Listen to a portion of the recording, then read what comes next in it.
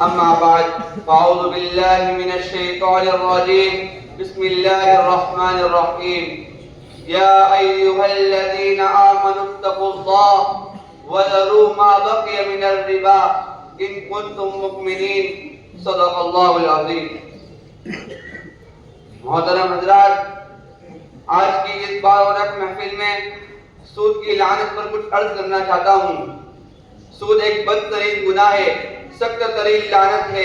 ایسی لعنت کہ جو اس کا شکار ہوا تباہی و بربادی اس کی زندگی کا حصہ بن گئی.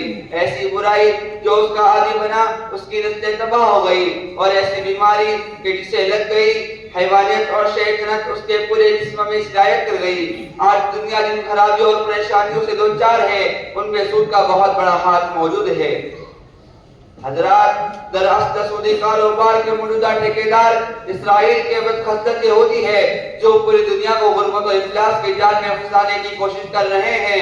انہوں نے لوگوں کے ذہنوں میں یہ بات بٹھا دی ہے کہ سود کے بغیر دنیا کا کوئی کام نہیں چل سکتا. پھر ایک دھوکہ یہ دیا کہ سود کا نام تبدیل کر کے لوگوں کے سامنے پیش کیا.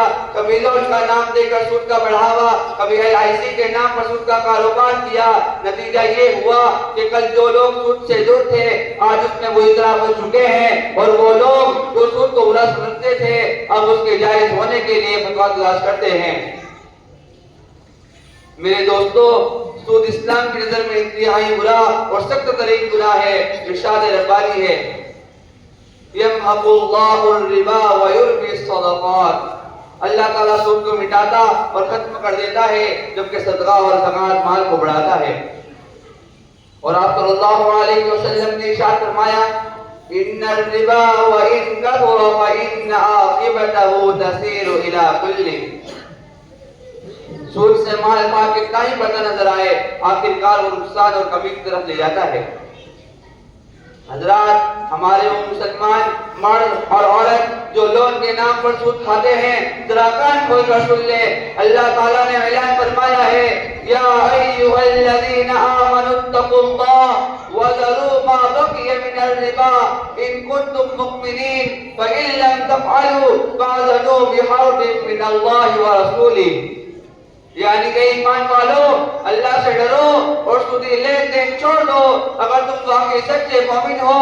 اور اگر تم ایسا کرنے سے باز نہیں آتے تو پھر اللہ اور اس کے رسول سے جنگ کرنے کے لیے تیار ہو جاؤ. اللہ اکبر! سود کتنا بڑا گناہ ہے جو اس کے کرنے والے کو اللہ تعالیٰ جنگ کا اعلان کرتا ہے. مگر افسوس کہ مسلمان دن رات ان کی برائیوں میں گھستے ہی جا رہے ہیں. حضرات، سود کے متعلق آپ صلی اللہ علیہ وسلم نے کیا فرمایا ہے دل کے کانوں سے سنیں. اللہ کے نبی صلی اللہ علیہ وسلم نے ارشاد فرمایا جو شخص جان بوجھ کر سود کا ایک درہم کھائے تو 36 دفعہ زنا کرنے سے زیادہ سخت ہے. فرمایا سود کے 70 درجے ہیں جن میں سب سے ہلکا یہ ہے کہ آدمی اپنی ماں سے زنا کرے. استغفر اللہ. آپ صلی اللہ علیہ وسلم نے فرمایا معراج کی رات میرا ایسے لوگوں پر گزر ہوا جن کے پیٹ گھڑوں جیسے بڑے بڑے تھے، جن میں سانپ بھرے ہوئے تھے. میں نے جبرائیل سے پوچھا یہ کون لوگ ہیں؟ انہوں نے کہا یہ سود کھانے والے ہیں. آخر میں دعا ہے کہ اللہ تعالیٰ امت کی اس سے حفاظت فرمائے اور ہمیں نیک عمل کرنے کی توفیق دے. آمین. وما علینا الا البلاغ.